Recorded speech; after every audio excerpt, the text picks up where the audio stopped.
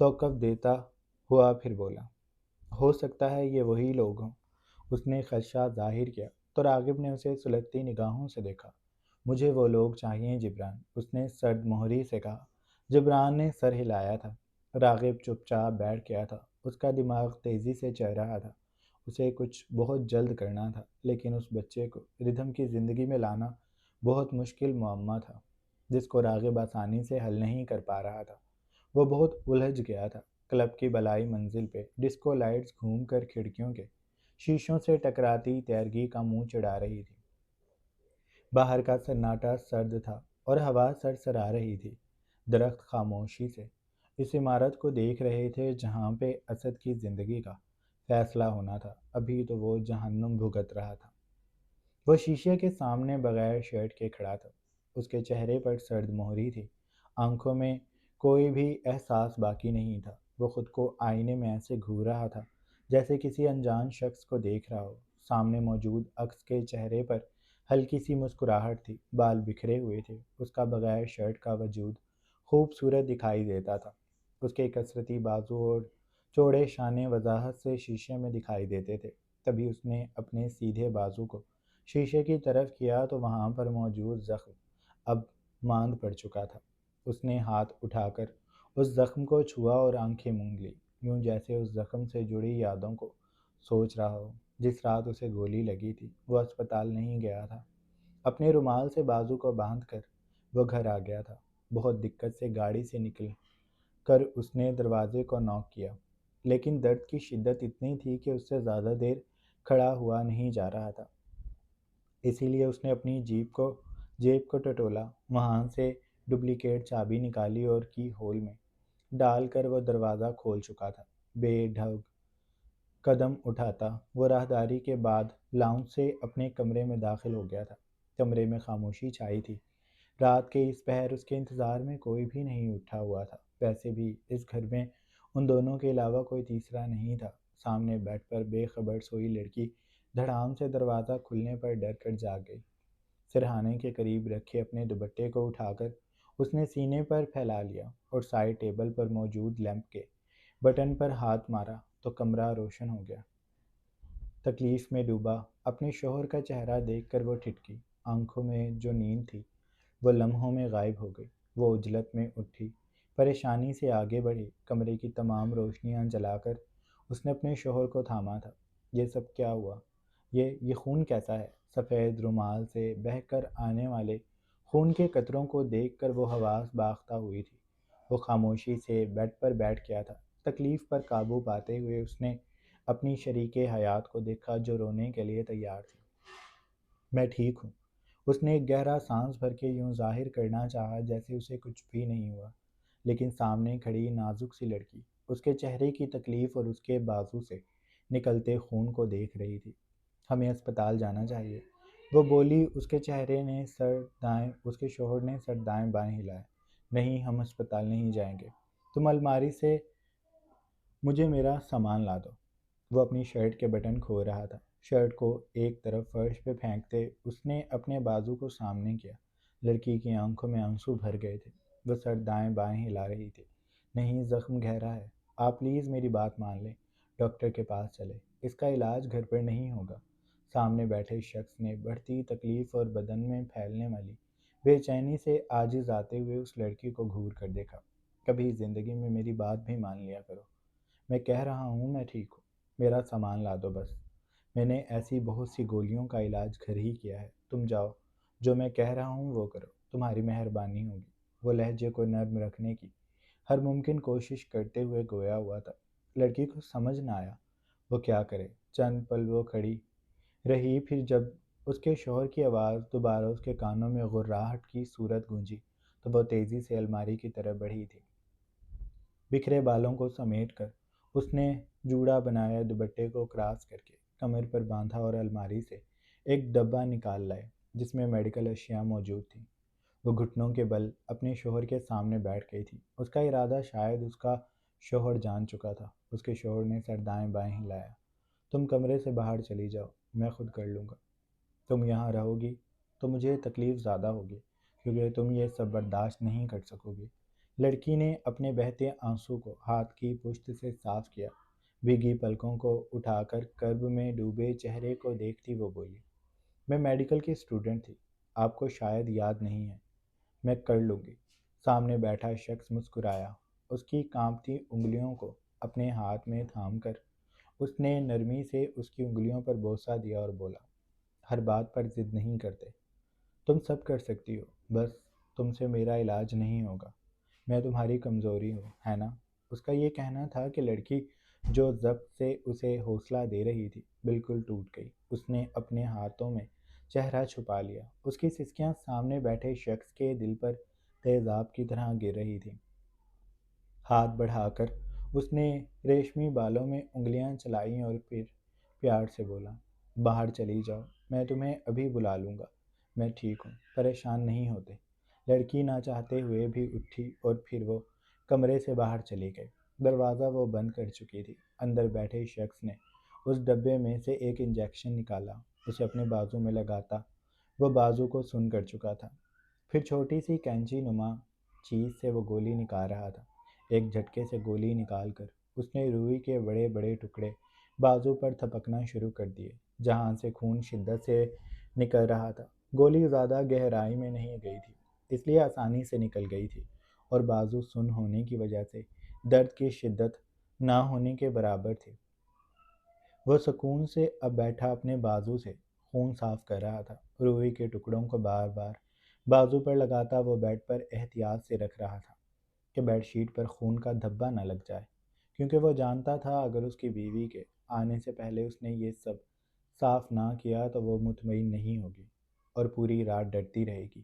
اسی لیے اس نے اپنے بازو پر پٹی کی۔ وہ اس کام میں اتنا ماہر تھا کہ کسی پیشے ورانہ شخص کی طرح اس نے اپنی مرہم پٹی خود ہی کر لی تھی۔ بازو جو سن تھا اب دوبارہ لمس کو محسوس کرنے لگا تھا۔ درد اب بھی تھا لیکن اب کم تھا۔ گولی نکل چکی تھی۔ اس نے باقی کی تمام چیزوں کو سمیٹا، ڈبے میں واپس ڈالا۔ اسے الماری میں رکھتا وہ روئی کے ٹکڑوں کو اٹھا رہا تھا۔ انہیں ڈسٹ بین میں ڈال کر وہ واش روم میں گیا۔ ہاتھوں پر لگے خون کو وہ دھو کر چہرے پر ٹھنڈے پانی کے چھینٹے مارتا تولیے سے چہرے کو رگڑتا باہر آیا۔ اس نے خود کو شیشے میں دیکھا، مسکرایا ایسے جیسے کچھ ہوا ہی نہیں۔ پھر اس نے کمرے کے دروازے کو کھولا۔ وہ چوکھٹ کے قریب بیٹھی ہوئی تھی۔ وہ بھی اس کے قریب بیٹھ گیا۔ ہاتھ بڑھا کر اس نے اس نازک سراپے کو اپنے قریب کیا۔ اس کے بالوں کو کان کے پیچھے کرتا وہ اس کے لرزتے وجود کو اپنے وجود میں سمیٹ چکا تھا۔ دیکھو میں ٹھیک ہوں، مجھے کچھ بھی نہیں ہوا، تم ایسے ہی پریشان ہو رہی ہو۔ وہ لڑکی شدت سے رونے لگی تھی، اپنے چہرے کو اس کے سینے میں چھپاتی۔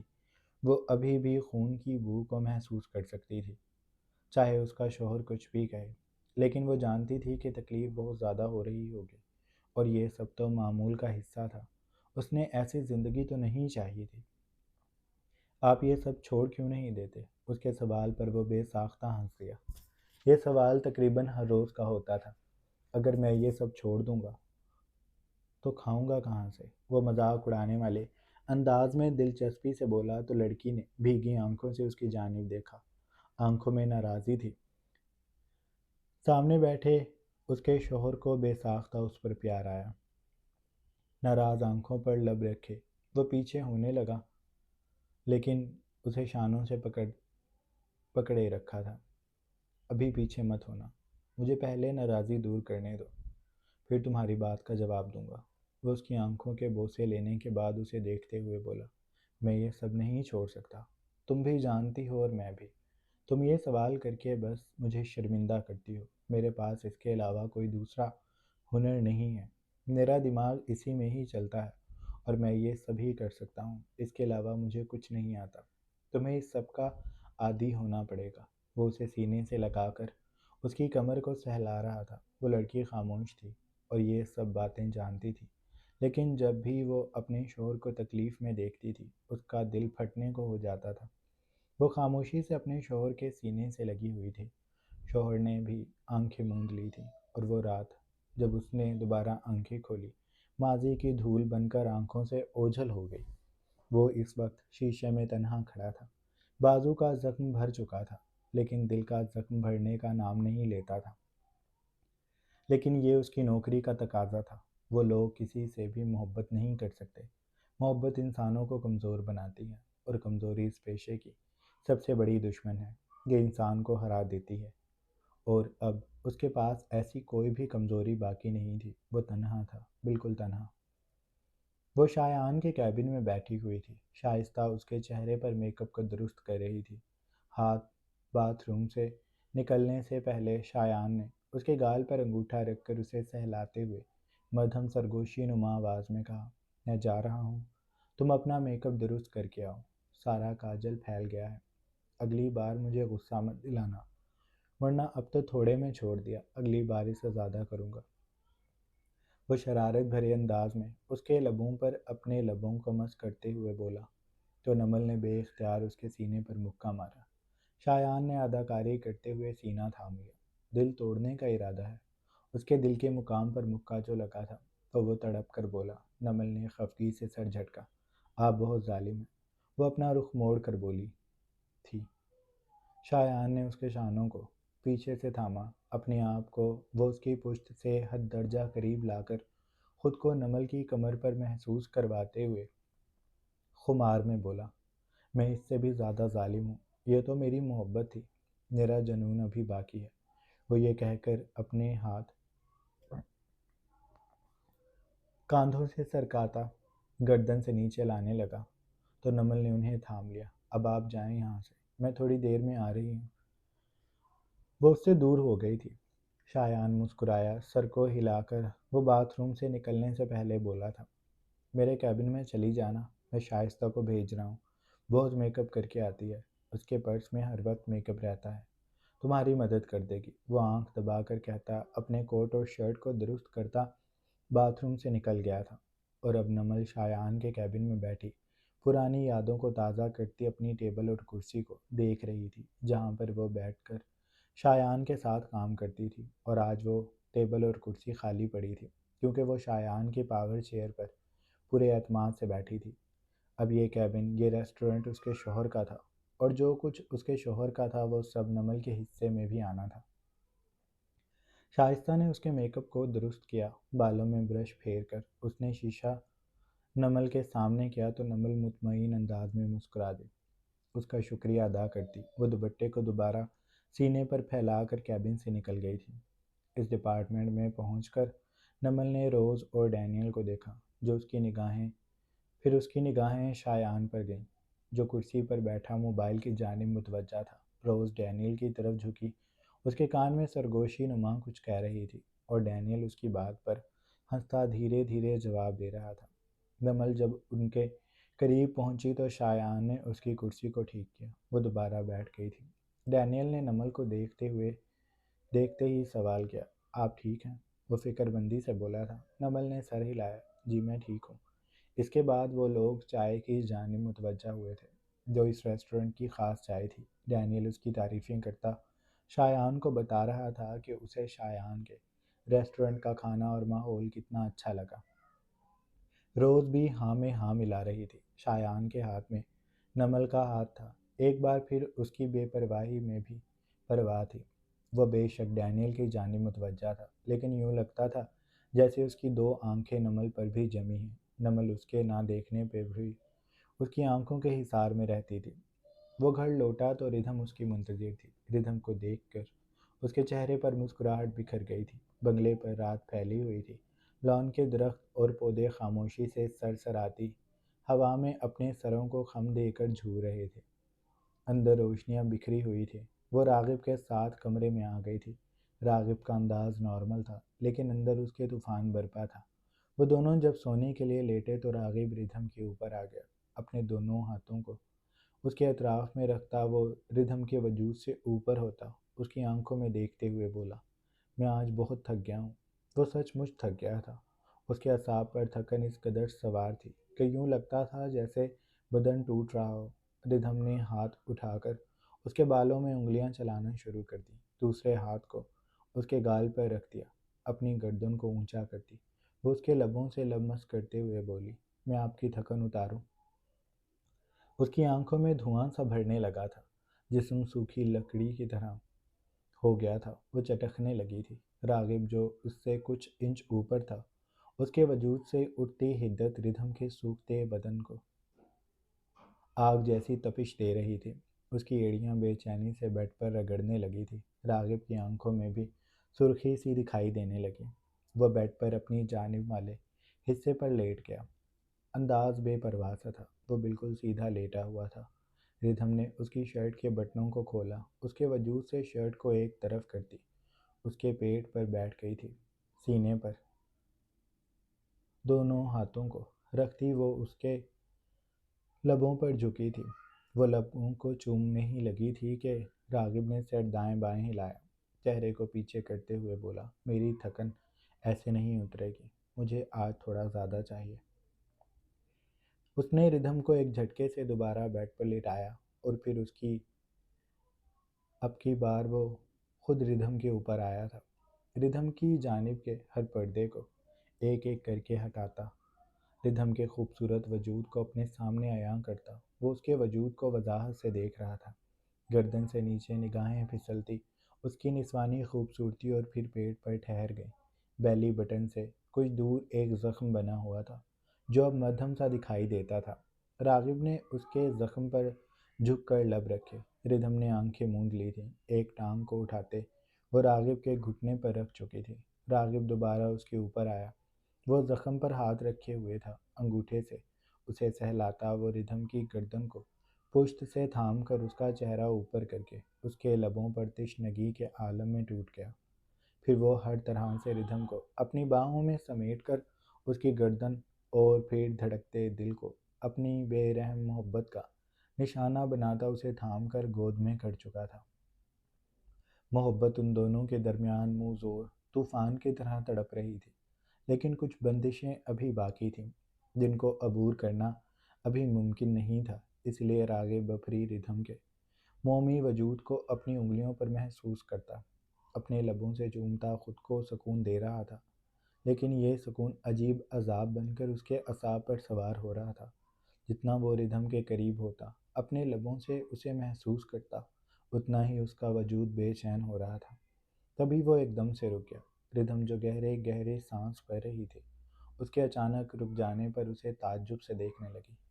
کیا ہوا راغب؟ وہ ٹوٹی بکھری آواز سے بولی تو راغب نے اس کے جبڑے کو تھام کر ہلکا سا دباؤ دیتے اس کی آنکھوں میں جھانکتے ہوئے کہا، اس سے زیادہ کیا تو تمہیں درد ہوگا، ہمارا رک جانا بہتر ہے۔ وہ اس سے دور ہو رہا تھا۔ ردھم بے چینی سے اس کے قریب ہوئی، اس کے ہاتھ کو تھام کر اس نے آنکھوں کو موندا اور اپنی کمزوریاں اس کے حوالے کرتی بولی، پلیز ایسے نہ کریں، مجھے نیند نہیں آئے گی ورنہ۔ گال پر اپنے سلگتے لب رکھتا اسے خود کے اوپر لٹاتا، اس کی کمزور جان میں انگلیوں کو داخل کر کے وہاں پر اپنے ہاتھ کا رقص شروع کرتا، اسے تھام چکا تھا۔ ردھم یوں تڑپ رہی تھی جیسے ابھی اسے کسی نے پانی سے باہر پھینک دیا ہو، اور وہ اب سانس بھی نہیں لے پا رہی تھی۔ اس کے سانسوں کا شور کمرے میں دہکتی آگ کی طرح ہر طرف پھیلنے لگا۔ راغب کے اعصاب بوجھل ہو رہے تھے، اس کا کنٹرول ختم ہو رہا تھا، لیکن وہ خود کو قابو میں کیے ہوئے تھا۔ کچھ دیر بعد ردھم جب بری طرح ہانپنے لگی تو اس نے ردھم کو اپنے سینے میں سمیٹ لیا، ہاتھ محبت سے اسے اپنے بازو میں پر لٹاتا وہ اپنی ٹانگ کو اس کے اوپر رکھ چکا تھا۔ ردھم اس میں چھپ سی گئی تھی۔ راغب نے اس کے بکھرے بالوں کو سمیٹا، اس کی آنکھوں میں ظاہر ہوتی نمی کو اپنے لبوں سے چومتا، اس کے لبوں پر انگوٹھا پھیرتے ہوئے وہ اس کے خمار میں ڈوبے چہرے کو دیکھ کر دھیرے سے بولا، تم ٹھیک ہو نا؟ ردھم نے گہرے گہرے سانس لیتے ہوئے اپنے بازو اس کی گردن میں ڈالے اور بولی، اب میں بہت زیادہ پرسکون محسوس کر رہی ہوں۔ راغب اس کی بات پر مسکرا دیا تھا۔ اس نے ردھم کو اپنے قریب کیا اور آنکھیں موند لی۔ رات دھیرے دھیرے ان دونوں کے درمیان آہستہ روی سے آگے بڑھنے لگی تھی۔ راغب کا وجود بے چین تھا، اسے بھی سکون چاہیے تھا، لیکن اسے اپنے سکون سے زیادہ ردھم کے سکون کی پرواہ تھی، اسی لیے وہ خاموشی سے سو گیا تھا۔ جاری ہے۔ تو جناب یہ تھی ہماری آج کی ایپیسوڈ۔ آئی ہوپ آپ لوگوں کو اچھی لگی ہوگی۔ اگر آپ کو قسط اچھی لگی ہے تو آپ چینل کو لازمی سبسکرائب کر لیں، بیل آئیکن کے بٹن کو بھی پریس کر لیں تاکہ نئے آنے والی ویڈیوز آپ لوگوں کو بآسانی ملتی رہیں۔ اپنا ڈھیر سارا خیال رکھیے گا۔ بہت جلد ایک نئی قسط کے ساتھ حاضر ہوں گے۔ اللہ حافظ۔